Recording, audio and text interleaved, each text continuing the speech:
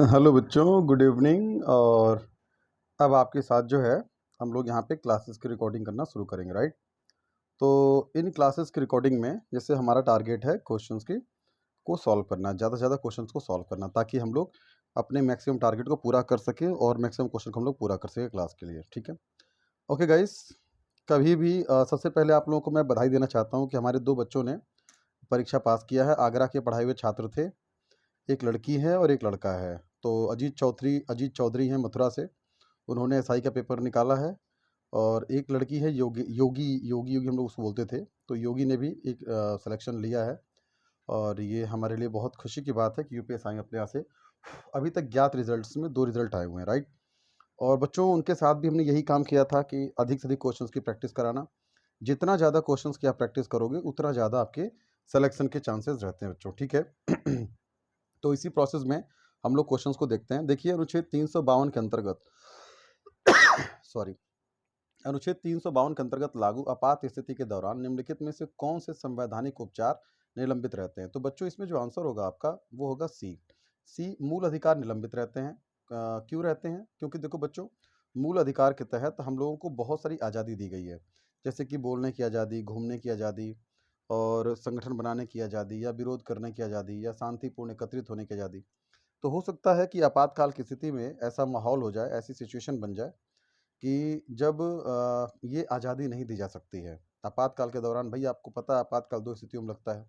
पहली सिचुएशन ये है कि अगर कोई एक्सटर्नल वॉर हो जाए तब हो जाएगा, और दूसरी स्थिति ये है कि जब इंटरनल जो है सशस्त्र विद्रोह हो जाए तब हो जाएगा। तो अगर देश की स्थिति खराब है तो ऐसे में हम लोगों को ज़्यादा आज़ादी नहीं दे सकते हैं। तो आंसर क्या होगा इसमें? सी होगा। जब भारत के राष्ट्रपति और उपराष्ट्रपति दोनों के पद खाली हों तो उनका काम कौन करेगा? जैसे मान लीजिए राष्ट्रपति की मृत्यु हो गई और उपराष्ट्रपति, अगर राष्ट्रपति की मृत्यु हो जाती है या किसी कारणवश राष्ट्रपति का पद खाली हो तो उपराष्ट्रपति उसके स्थान पे होता है, जाता है।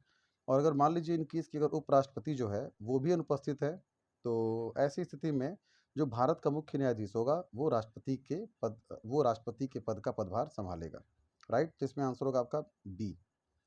भारत के राष्ट्रपति का निर्वाचन करने के लिए निर्वाचक मंडल में से निम्नलिखित में से कौन शामिल है?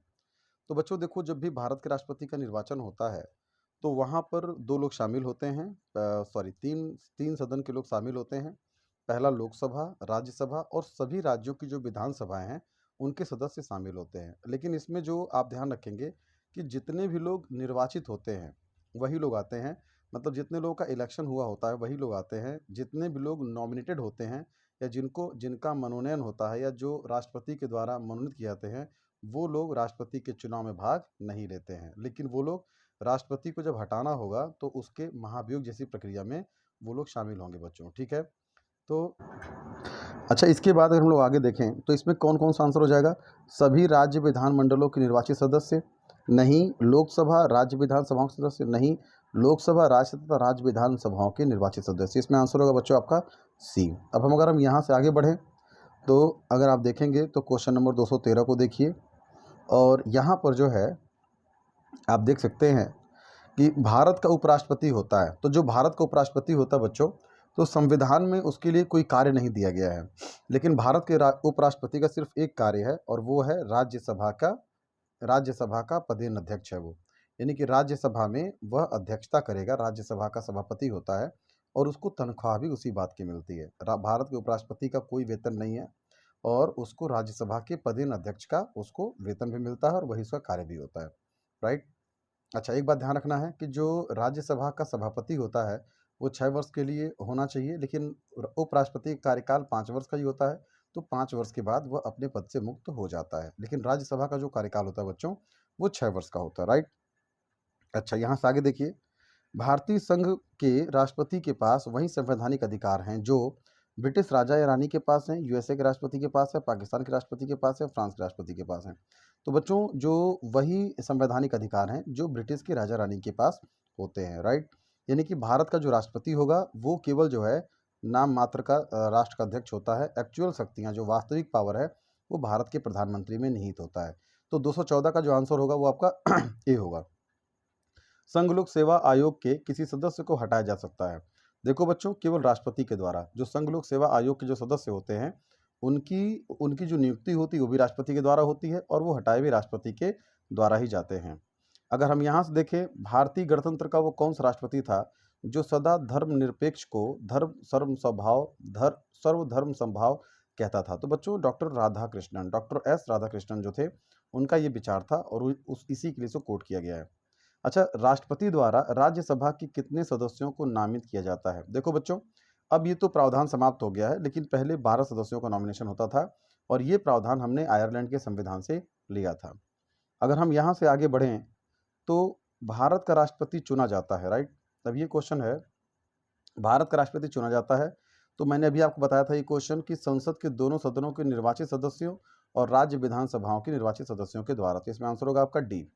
युद्ध या आक्रमण के कारण अनुच्छेद 352 के अंतर्गत आपातकाल की घोषणा के लिए संसद का अनुमोदन अपेक्षित है। देखो बच्चों, 1 माह के भीतर, आंसर होगा आपका ए, 1 माह के भीतर संसद का अनुमोदन अपेक्षित है, राइट? भारत के राष्ट्रपति का नाम बताएं जो निर्विरोध चुने गए थे। तो बच्चों, ये नीलम संजीव रेड्डी हैं जो निर्विरोध चुने गए थे, राइट? तो इसमें आपका आंसर होगा आपका बी। थोड़ा सा मैंने क्वेश्चन को बड़ा किया है क्योंकि छोटी चीज़ जो है ज़्यादातर हर जगह पे सही नहीं होती है, तो थोड़ा सा क्वेश्चन को बड़ा करना सही लगा मुझे, थोड़ा सा क्वेश्चन बड़ा होना ही चाहिए था। निम्नलिखित में से कौन 2 बार भारत का राष्ट्रपति चुना गया है? तो बच्चों, आपको पता है कि 2 बार जो है राष्ट्रपति चुने गए हैं डॉक्टर राजेंद्र प्रसाद, और ये प्रारंभ में शुरुआती दोनों जो टेन्योर रहा है कार्यकाल, वो इनका ही रहा है, राइट? अगर हम यहाँ से आगे बढ़ें बच्चों, देखेंगे भारतीय संसद राज्य के किसी विषय पर कानून बनाने के लिए सक्षम है। तो भारतीय संसद राज्य के किसी विषय पर कानून बनाने के लिए सक्षम है। भारतीय संसद राज्य के, जब उसके अंतर्गत जो है अनुच्छेद नहीं, देश के सभी राज्यों की विधानसभा इसका अनुरोध करे नहीं, राष्ट्रपति शासन का संदेश संसद को भेजे, उपयुक्त में से कोई भी नहीं। देखो, भारतीय संसद राज्य के किसी विषय पर कानून बनाने के लिए सक्षम है। ये बात जो है, जब आर्टिकल 356 लागू होता है किसी भी राज्य में, तो 356 के दौरान जो है 356 के दौरान जो वास्तविक शक्तियाँ होती हैं, वो राष्ट्रपति के जो प्रतिनिधि होता है, राज्यपाल, जो उस राज्य की व्यवस्था को देखता है, तो वह उस समय के लिए उसमें कानून बना सकता है, लेकिन राज्य सूची से किसी विषय को नहीं हटा सकता है। तो इसमें जो होगा, राष्ट्रपति इस आशय का संदेश संसद को भेजे। हाँ, तो 356 के तहत वो ऐसा कर सकता है, लेकिन आपको ये मैंने बता दिया है कि जब भी कभी ऐसा होगा, तो जब कभी देश के अंदर जो है राज्य सूची से किसी विषय को हटाना है, तो इसके लिए संसद से प्रस्ताव पारित होना या बिल का पास होना जरूरी है। अगला क्वेश्चन है, भारत के राष्ट्रपति के पास आपात अधिकार है। आपातकाल बच्चों 3 प्रकार के होते हैं, एक आर्टिकल 352 के तहत, एक आर्टिकल 356 के तहत और एक आर्टिकल 360 के तहत। तो ये 3 प्रकार के आपात उपबंध जो हैं, ये हमारे संविधान में दिए गए हैं, इसकी चर्चा हमसे की गई है। ठीक है बच्चों, अगर हम यहाँ से आगे बढ़ें, अगर हम देखेंगे तो अगला क्वेश्चन जो है हमारा, अगला क्वेश्चन क्या है बच्चों? भारत के उपराष्ट्रपति का चुनाव किया जाता है। भारत के उपराष्ट्रपति का चुनाव किया जाता है बच्चों। तो ये जो उपराष्ट्रपति का चुनाव है ना, इसमें संसद के दोनों सदनों के जो सदस्य हैं, वो सभी सदस्य भाग लेते हैं। तो संसद के सदस्यों द्वारा, ये आंसर सही होगा आपका, आंसर ए होगा इसका। ठीक है, और भारत सरकार का संवैधानिक अध्यक्ष कौन है? तो अगर हम इस प्रश्न के उत्तर में जाएंगे, तो भारत सरकार का संवैधानिक अध्यक्ष की अगर हम बात करें, तो बच्चों ये जो होता है भारत का प्रधानमंत्री होता है, सॉरी, भारत सरकार का पूछ रहा है, तो इसका आंसर होगा आपका प्रधानमंत्री होगा। और अगर कहीं पूछता है कि राष्ट्र का अध्यक्ष कौन होता है, तो ऐसी स्थिति में जो होगा वो कौन होगा? भारत का राष्ट्रपति होगा। राष्ट्र का अध्यक्ष भारत का राष्ट्रपति और सरकार का अध्यक्ष भारत का प्रधानमंत्री। यदि राष्ट्रपति त्यागपत्र देना चाहे तो वह अपना त्यागपत्र किसे संबोधित करेगा? देखो, अगर राष्ट्रपति त्यागपत्र देना चाहता है तो वह अपना त्यागपत्र उपराष्ट्रपति को बेटा सौंपेगा। ठीक है, भारत का राष्ट्रपति अपने पद पर पुनर्निर्वाचन के लिए कितनी बार खड़ा हो सकता है? वो जितनी बार चाहे भैया उतनी बार खड़ा हो सकता है। ऐसा कोई प्रावधान नहीं कि 2 बार लड़ेगा, 3 बार लड़ेगा। जितनी बार चाहे उतनी बार वो कर सकता है बेटा। आई बात समझ में? अब यार, अपने को भी लगी थी भूख, और तुमको पता है यार कि भूख के टाइम पे जो है आदमी कितना परेशान होता है भाई साहब। मैं तो झेल गया भैया, लेकिन उसके बाद मैं गया, खाना खाया, पेट भर के खाना खाया, और फिर उसके बाद मैं रिकॉर्डिंग करने के लिए आया। मैंने कहा भैया पेट में कुछ रहेगा तो बढ़िया बोलूँगा, और अगर पेट खाली रहेगा तो भाई साहब मैं फिर कैसे आपको पढ़ा पाऊंगा, है ना? तो थोड़ी प्रॉब्लम होती है बच्चों। दिन भर थक जाता हूँ ना, दिन भर क्लास होती है, 12-13 घंटे, 14 घंटे लगभग बाहर ही रहता है, बीतता है अपना। तो ये बड़ा बड़ा हैक्टिक हो जाता है, मतलब चीज़ों को मेंटेन करना। But still we are working and definitely we will get success. अगर आपको ये चीज़ें पसंद आ रही है ना, तो अपने दोस्तों के साथ शेयर करो बेटा। ज्ञान बांटने से कभी नहीं घटता है, और अगर आप दूसरों की भलाई करते हो तो निश्चित रूप से आपका भला होगा। ये आपकी पर्सनैलिटी होनी चाहिए कि अधिकतम लोगों को आप लाभ पहुँचाओ, और जितने लोगों को आप लाभ पहुँचाते हो, उससे आपका उतना ज़्यादा भला होता है। तो बच्चों, दोस्तों के साथ शेयर करो, उनको बताओ कि एक चैनल है जहाँ पर क्लासेस भी हो रही हैं, पढ़ाया भी जा रहा है, क्वेश्चंस भी कराया जा रहा है। रेगुलर क्लासेस आएँगी, रोज़ शाम को आपके क्वेश्चंस आ जाएँगे, रोज़ सुबह इंग्लिश की क्लास आ जाएगी, रोज़ शाम को मैथ्स की, जीएस की क्लासेस अपलोड होती रहेंगी। एक दिन में 2 वीडियो ये चैनल में आप पे डालता रहूँगा इसको। तो गाइज़, आप मेरी थोड़ी हेल्प करो, बच्चों के साथ शेयर करो, ताकि मैक्सिमम लोग इससे बेनिफिट ले सकें। Thank you so much. मुझे उम्मीद है आप मेरी बात को समझेंगे। बच्चों, जो अगला क्वेश्चन है, निम्नलिखित में से कौन सी नियुक्ति भारत के राष्ट्रपति द्वारा नहीं की जाती है? तो जो लोकसभा का अध्यक्ष होता है ना, इसकी नियुक्ति भारत का राष्ट्रपति नहीं करता है, और ये लोकसभा का जो अध्यक्ष अध्यक्ष होता है, इसको लोकसभा के सदस्य ही चुन करके उसको उस जगह पे बैठाते हैं, उस चेयर पे बैठाते हैं। हाँ, लेकिन अगर आप प्रोटेम स्पीकर की बात करोगे, प्रोटेम स्पीकर वो होता है जो नई लोकसभा के गठन के समय लोकसभा के सदस्यों को शपथ दिलाने के लिए अल्प समय के लिए, कुछ समय के लिए जो स्पीकर चुना जाए, उसको लोग प्रोटेम स्पीकर कहते हैं। तो उस प्रोटेम स्पीकर की नियुक्ति राष्ट्रपति के द्वारा होती है, लेकिन जो लोकसभा का अध्यक्ष होता है, उसकी नियुक्ति राष्ट्रपति के द्वारा नहीं होती है। आर्थिक मामलों की मंत्रिमंडल समिति ने हाल ही में राष्ट्रपति, उपराष्ट्रपति और राज्यपालों के वेतन में वृद्धि की है। राष्ट्रपति का वेतन बढ़ाकर कितना कर दिया गया? तो बच्चों, वर्तमान में तो ये 5 लाख रुपए के आसपास है, लगभग 5 लाख रुपए के आसपास। ये बहुत पुराना क्वेश्चन है, तो इसको छोड़ दीजिए, लेकिन वर्तमान में लगभग 5 लाख रुपए के आसपास है। भारत के प्रधानमंत्री का कार्यकाल कितना होता है? तो देखो बच्चों, ये जो कार्यकाल होता है, ये आप कह सकते हो कि जब तक उसको लोकसभा में बहुमत का समर्थन प्राप्त हो, आप कह सकते हो। लोकसभा 5 वर्ष के लिए आती है, लेकिन इसका सही आंसर होगा जब तक उसे लोकसभा में बहुमत का समर्थन प्राप्त हो। अगर हम यहाँ से आगे बढ़ें, तो भारत के उपराष्ट्रपति के पद पर लगातार 2 बार कौन रहा था? तो बच्चों, जो इसमें एस राधाकृष्णन साहब हैं, ये लगातार 2 बार भारत के उपराष्ट्रपति के पद पर रह चुके थे। ये शुरुआत के टाइम भी रहे हैं। इसके बाद आगे देखिए, जैसे अगला क्वेश्चन है कि भारत का प्रधानमंत्री निम्नलिखित किस प्रक्रिया से बनाया जाता है? तो बच्चों, उसकी नियुक्ति होती है राष्ट्रपति के द्वारा। भारत के राष्ट्रपति की नियुक्ति होती है, और ये नियुक्ति कौन करता है? भारत का राष्ट्रपति करता है। तो प्रधानमंत्री नियुक्त किया जाता है, न कि उसका चयन होता है, निर्वाचन होता है, मनोनयन होता है, ऐसा कुछ नहीं होता है, सिर्फ उसकी नियुक्ति होती है। राष्ट्रपति का अध्यादेश कितनी अवधि के लिए लागू रहता है? तो बच्चों, 6 महीने के लिए लागू रहता है, अधिकतम 6 महीने के लिए लागू रहता है। जब राष्ट्रपति और उपराष्ट्रपति, और जो अध्यादेश है ना, ये जो अध्यादेश शब्द आप देख रहे हो, ये संविधान के आर्टिकल 123 में इसकी वर्णन की गई, इसकी व्याख्या की गई है। जब राष्ट्रपति और उपराष्ट्रपति दोनों के पद रिक्त हों, तो निम्नलिखित में से कौन सा अधिकारी राष्ट्रपति के स्थानापन्न रूप में काम करता है?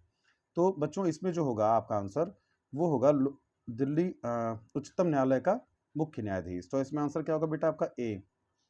निम्नलिखित में से भारत के वह राष्ट्रपति कौन हैं जो 2 बार राष्ट्रपति के पद पर रहे हैं? भारत के वह राष्ट्रपति कौन है जो 2 बार राष्ट्रपति के पद पर रहे हैं? पहले भी बात हुई है आपसे, डॉक्टर राजेंद्र प्रसाद रहे हैं। विदेशों को भेजे जाने वाले संसदीय प्रतिनिधिमंडल के लिए व्यक्तियों का नामांकन निम्नलिखित में से कौन करता है बच्चों? तो देखो, इसमें राष्ट्रपति करेगा, भारत का राष्ट्रपति करता है बच्चों, इसमें आंसर होगा राष्ट्रपति। जनता पार्टी के शासनकाल के दौरान भारत के राष्ट्रपति थे।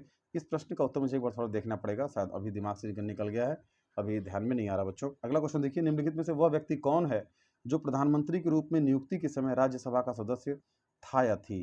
तो बच्चों, इसका जो आंसर होगा आपका, इंदिरा गांधी थी। जब वो प्रधानमंत्री के रूप में उनका नियुक्ति हुई थी, तो उस समय वो इंदिरा गांधी जो है वो राज्यसभा से सदस्य थी।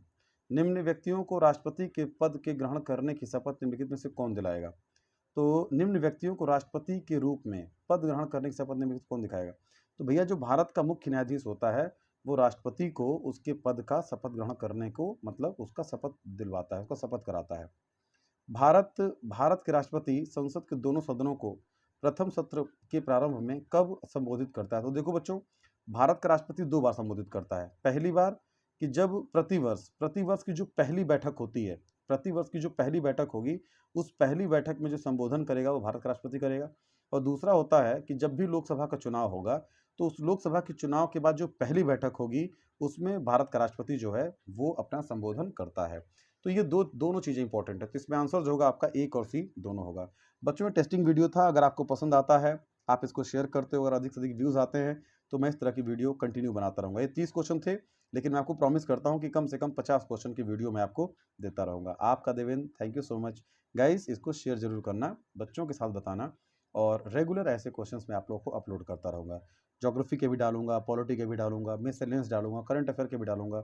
मैं आपको प्रॉमिस करता हूँ कि रेगुलर ये वीडियोस आती रहेंगी। Thank you so much for this love, for your kind support and for your kind sharing. Thank you guys.